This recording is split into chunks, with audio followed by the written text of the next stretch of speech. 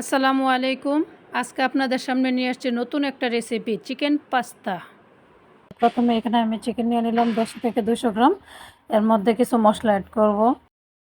এখানে দিয়ে দিচ্ছি আমি হাফ চামচের থেকেও কম গোলমরিচের গুঁড়া। আদা রসুন নিয়ে নিলাম হাফ চামচের থেকেও কম। লবণ দিয়ে দিলাম পরিমাণ মতো। মরিচ দিয়ে দিলাম হাফ চামচের মতো। আপনারা আপনাদের স্বাদ মতো দিন। হলুদের গুঁড়া নিয়ে নিলাম। হলুদের গুঁড়োটা আপনারা চাইলে স্কিপ করতে পারেন। ভালোভাবে মিশিয়ে এক সাইডে রেস্টে রেখে দেবো কিছুক্ষণ। পরে এখানে আমি কড়াই বসাই দিলাম। কড়াইয়ের মধ্যে পানি দিয়ে দিলাম। পাস্তা সিদ্ধ হতে যতটুকু পানির দরকার সেই পরিমাণ অনুযায়ী আমি পানি দিলাম। এর মধ্যে কিছুটা সরিষার তেল দিলাম। তো আমি যেহেতু সরিষার তেলটা ব্যবহার করি তাই আমি সরিষার তেলটাই দিলাম। আপনারা চাইলে সয়াবিন তেল দিয়েও করতে পারেন। পাস্তাটা সিদ্ধ করে নেব, 90% সিদ্ধ করব, আর বাকি 10% আমি বাকি রান্নার মধ্যে সিদ্ধ করে ফেলবো। তো আমার পাস্তাটা সিদ্ধ হয়ে গেছে। এখন আমি পাস্তাগুলো ছেঁকে নেব। ছেঁকে নিয়ে ঠান্ডা পানি দিয়ে ধুয়ে এক সাইড করে রেখে দেব।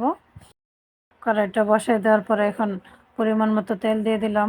পুরো রান্নাটা আমি সরিষার তেল দিয়ে করে নেব। তেলটা গরম হওয়ার পরে এখানে মুরগিটা দিয়ে দিলাম। এভাবে নেড়ে ছেড়ে আমি মুরগিটাকে সিদ্ধ করে নেব।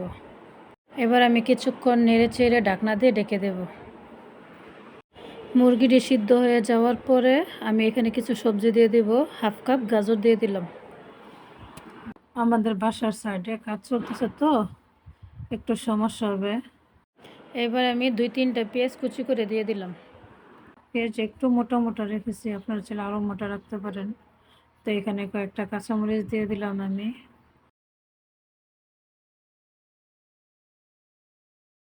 পরে দিয়ে দিলাম ১ টেবিল চামচের মতন সয়া সস।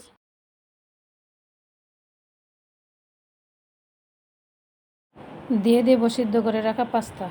পরিমাণ মতো লবণ, আপনাদের টেস্ট অনুযায়ী লবণ দেবেন। আমি এখানে টমেটো সস ব্যবহার করলাম, আপনারা চাইলেও অন্য কোনো সসও ব্যবহার করতে পারেন।